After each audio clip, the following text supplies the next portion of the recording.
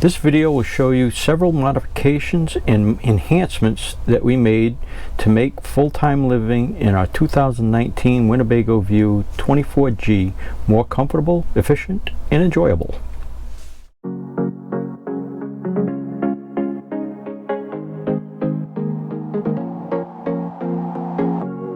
Leaving this place, the sun's about to break. You're riding shotgun.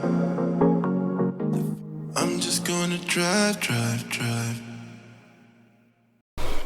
So one of our favorite mods are these little shelves that we built. We keep our t-shirts in there. I made them out of scrap wood that I had in my workshop, and I cut the wood down kind of thin so it would reduce the weight. And they are just sitting on top of these valance. These valances came with the RV, and they sit right on top of the valance and are held in the back with Velcro strips in the back here. So it just kind of holds it against the wall so that they don't move around while we're driving. And we have one on the other side too, where I keep my t-shirts. This mod, we added a second television to the RV. Yeah, I know, it's a 25-foot RV, and less than 10 feet that way is another television, but don't judge me. We felt we needed to have one in the bedroom so that when we're relaxing at night we can watch television. So it was pretty simple to mount. This is a mount that is a swivel mount, so it can swivel away from the wall, and when we're traveling it'll lock in place. So it was fairly easy to install. I needed to remove this control panel here so that I had access to the back of this wall, which is just a thin plywood, in order to put some backer boards back here that I could bolt into so that the television bracket itself would be sturdy. Our bedroom is in the back of the RV, and we have this door here. So we added this lightweight plastic mirror to the door. It is made out of plastic, and we just put command strips on it and mounted it on the door. So Louise uses it more than I do, obviously, but it's in a fairly convenient location to use, and it's out of the way and lightweight. In this RV, there's an AC outlet on this side of the bed and no power options on this side of the bed. So at night we like to charge our phones, and this is a convenient place to do it. The little shelves there are convenient, but because there's no power on this side of the bed, I felt I needed to add some. So what I did is I added USB ports underneath where these lights are, and you can see them here.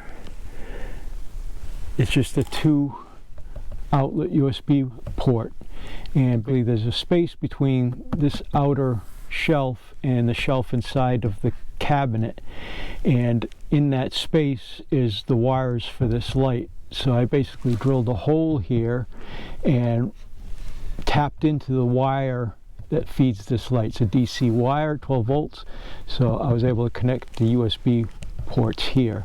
And I did the same thing on this side of the bed as well, so that now we both get access to USB ports for charging phones and anything else we need to charge. So just outside of the bedroom is the only closet in the RV. It originally had a coat rack in here, and I took the rod out because we weren't going to be carrying a lot of clothes with us that needed to be hung up.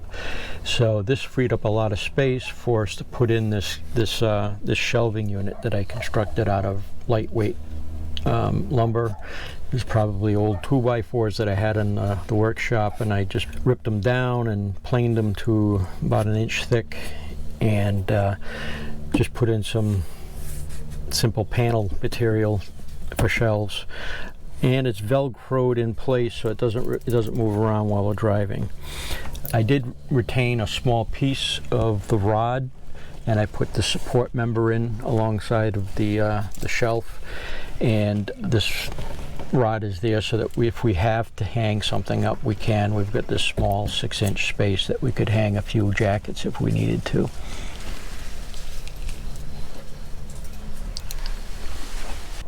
Because our closet doesn't have much room for hanging clothes, we put up these command hooks. So any clothes that we need to hang, we usually hang here, and that usually includes a raincoat and maybe a jacket if we're in cooler weather. If you don't like drilling holes in your RV, then a lot of these mods are not going to be for you. But we have the mentality that, you know, we're living in this RV and we're going to make it suit our needs. So whenever possible, I'll use command strips, but in some cases you just have to use screws. So in the case of the Dyson vacuum cleaner, which is in this corner, it's out of the way, it travels well here, I had to screw into this cabinet here. It basically has been there since we've been on the road. It hasn't moved an inch, and it doesn't rattle much as we're driving either, so it's turned out to be a pretty good spot for it. It's out of the way.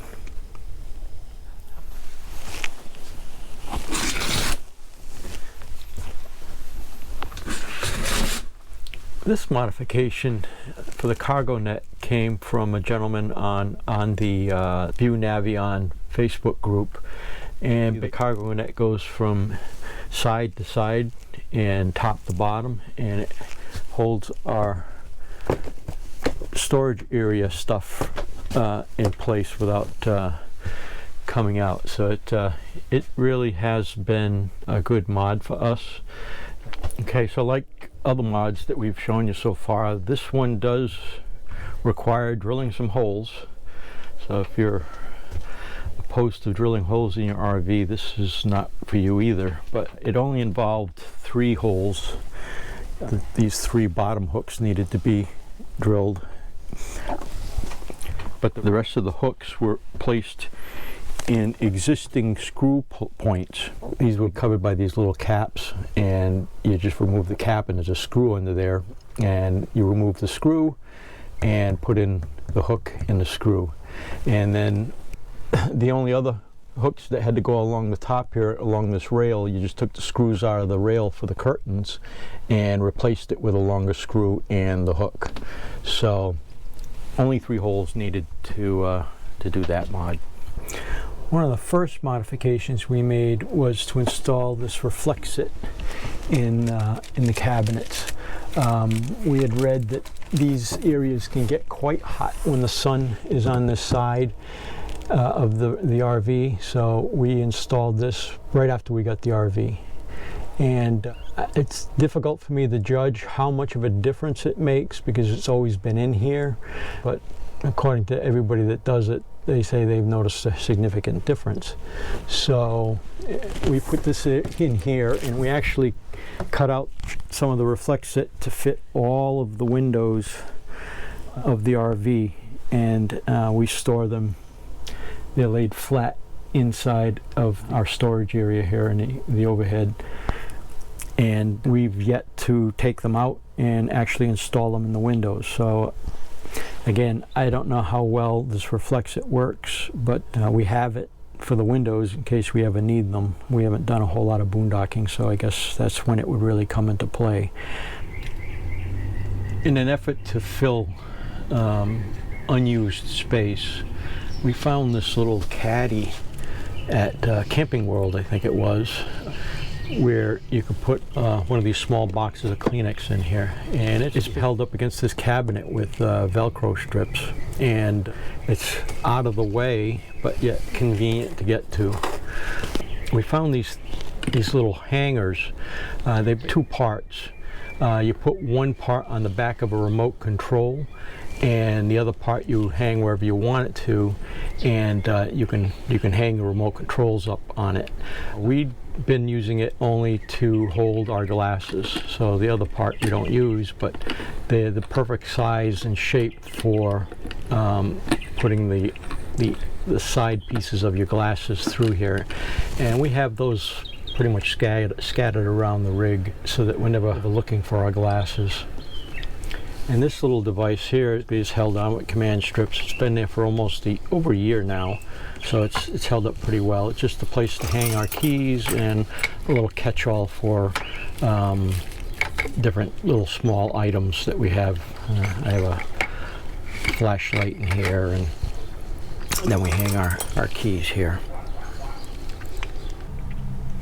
We made several mods to the screen door portion of the entry door. One of the first mods we decided to make to the door was a way to open the screen door without actually sliding this over and using the lever. I found that to be inconvenient, so I found this device at I think it's Camco. Drill a small hole in the plastic cover here, insert this rubber grommet, and then just insert this simple plastic rod through the grommet, and it sits up on top of the handle, and you just click it like that and it opens the door. So I find that very convenient. The second mod we made to this door was to add this grab handle here. It's held in place with 4 screws, and it makes an extra place to hold on to when you're entering and exiting the RV. And the third modification we made to this door was to add a metal cover to the bottom screen, and that's primarily because of this guy. He likes to nose the door to see if he can get out, and he will also scratch at the door if he hears something on the outside. And I've had to replace the screen several times, so with this in place, I haven't had to touch the screen. The other mod we made to this door was a source of a lot of rattling, and the panels here will rattle, and if I just put a bead of caulk here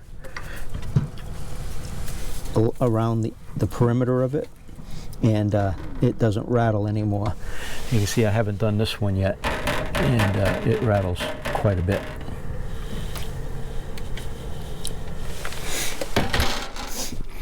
I think it was during our first camping trip that we discovered that there weren't any cup holders in the cab area big enough for our big water jugs. So I immediately started trying to think of a solution and came up with this center console construction. It was made out of scrap wood and that I had laying around the shop. I planed it down a little thin so that it was lightweight and added these big oversized cup holders, and it really does solve several problems that we have in the RV. One is that the overhead is a little hard to get to, so we can use it as a step stool, and we can also use it as a junk drawer, if you will, because we can put stuff in it, and we can use it as a hassock. When we are set up in a campground, we can turn the front seats around and put our feet up when we want to. If you take a right turn, these drawers will come sliding open. The recommended solution for that is to put heavier duty latches on them, and I think that these were a 3 or a 5 pound pull latch, and that came stock with it, and people recommend going up into a heavier one, maybe 8 or 10 pounds. But I found when I did that it was harder to open them, of course, but these latches would routinely come undone. They're screwed into particle board, and they just wouldn't last.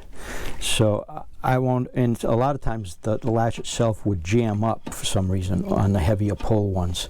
Maybe it's because I bought them on Amazon and they were cheap ones, I don't know, but they seem to look exactly like the ones that were installed here, only they were heavier pulls.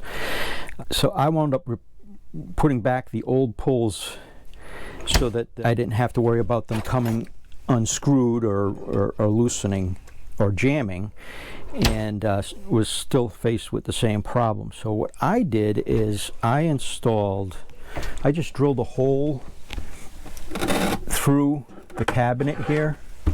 I drilled a hole through here, and I created this T that has Velcro on it, and you just slide it in and it goes into a hole here into the drawer, and it keeps the drawer from opening.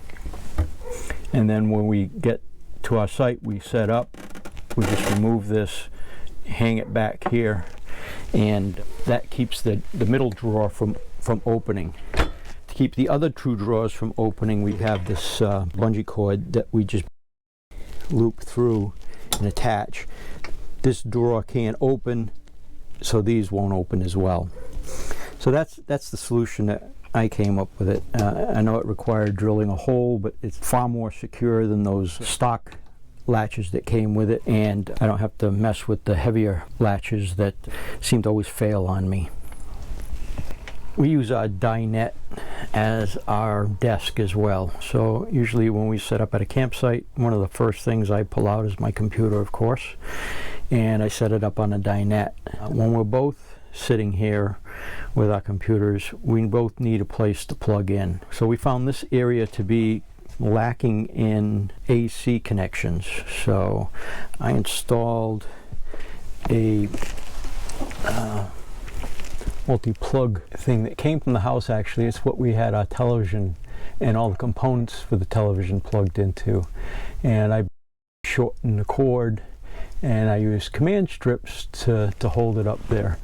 And it's been up there since we hit the road, and I think it's only fallen off once because we were yanking on the cords too hard, and basically you've got to kind of pry them off. But otherwise it stays up there pretty securely, and gives us plenty of ports to plug into. Just like at home, we needed drawers to put little odds and ends in. So we found these somewhere. I'll put a link in the description that attach below the dinette table, and it holds a lot of the little odds and ends that we collect and need close to hand. They do slide open when traveling, so I added these Velcro straps to them so that it just holds them closed while we're traveling. A necessary mod was the leg that supports the dinette. The bracket that holds the leg was screwed directly into the table itself, and the screws that hold the bracket there kept falling out. Every couple of weeks I'd find a screw that was so loose, so this bracket was rattling because it was loose. The screws were loose. So I decided to take it apart and see if there's anything I could do to strengthen it. And come to find out, this table is styrofoam sandwiched between two very thin pieces of laminate. I'd say the laminate's probably only 32nd of an inch thick. So these screws were being screwed into styrofoam, essentially. And there's no way those screws were going to stay in this table for any amount of time. So I took the bracket off and I epoxied a piece of 1/2 inch thick wood to the table itself. So it has a much greater area to adhere to, and the thickness of the board provided more material for the screws to be screwed into. When I did that, of course, that lengthened the leg itself by 1/2 inch, so I had to cut 1/2 inch off the bottom of the leg and then reinsert and reattach the flange that it seats into when the leg is in the down position. So that this modification was a necessity because we were always having to replace the screws. I like that the chairs swivel around into the main cabin. When we're stationary for more than a couple of days, we flip at least mine around. George doesn't use his very often. But when you do, they're really low to the ground. So I made these cushions so that it lifts me up another 6 inches. You can buy these cushions from Winnebago, but they're more than a few $100s each. So I, while still at home, used my sewing machine to make these cushions, and they work very well. I put a strap on them so that they strap to the seat and don't slide around. And I also put a zipper on them so that I can clean the covers if they ever need to be cleaned. I think my total cost was under $100.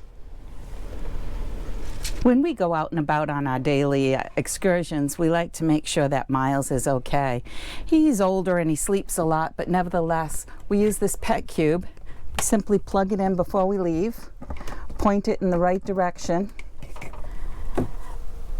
and we will, by using our apps on our phone, we will get a notification if he moves about. And we could actually talk to him, but we found that to not be helpful because then he starts looking for us and whines even more. But Pet Cube, very helpful little tool when you have a pet. We used command strips to put this metal thing up there. Once the metal was mounted, this is magnetic, and we simply put it up there and then move it so that it faces the direction that we want it to. The light indicates that it is on. It's important to be able to find spices when you need them. So we found that this door rack worked really well. So here we just buy the McCormick spices usually, and they fit perfectly right in there, and they're easy to find. I alphabetized mine, but you don't have to. You could put the most commonly used ones up top. We also found that instead of just using the two-way tape that these came with, we actually had to screw them in. It just gave it more secure contact, and that way they don't fall off when we travel either. One of the simple modifications that George did in the bathroom was to put this small command strip container in there so that we could put our commonly used medications for easy access in the bathroom without taking up valuable space in the medicine cabinet. Another very helpful modification that George did was to adhere this container sideways so that I can store many more face cloths than I could otherwise. And just folded properly, they fit really snug and easy right here, and they don't fall out when we travel. Another very simple modification that we absolutely love is 2 sets of European soap dispensers in the shower. One is readily available to the sink area, and it's body soap and face soap, and the other is directly in the shower, and it's shampoo and conditioner. This keeps us from piling up all those bottles on the ledges of the shower, and it certainly makes it a lot more easy to travel. We don't have to put all the bottles away. Okay. So when we get ready to travel, we want Miles to be safe too, so we put him in a harness, and this harness basically goes around his middle and is attached at 2 points, and it basically will keep him from flying across the RV if we have to make a sudden stop. So then from here we use a combination of 2 of these pet seatbelt connectors. One goes to the back of his harness, and the other end clips into the seatbelt buckle. And then he lays down over there. So it's just long enough for him to get to between the 2 seats, and really is pretty secure so that he doesn't go flying if we have to make a sudden stop. We were using the 020, the green filter, which is a 1 micron filter at the spigot, but we found that it clogged up way too quickly. We decided that we would put a better filter at the sink for drinking water, and go back to using the blue filter at the spigot so that we get better water pressure. And it's only a 5 micron filter, we realize that, but we don't really need anything better than that for flushing the toilet and taking showers and washing dishes. So the important part is the drinking water, and this really helps the situation. So we have decent water pressure now and clean drinking water. I guess we'll end this video here. If you'd like more details on any of the mods that I showed here, please feel free to leave a comment below. And we've made other modifications on the outside of the RV, and we are thinking about doing a video on that. So if that's of interest to you, please leave a comment below, and we'll see you next time.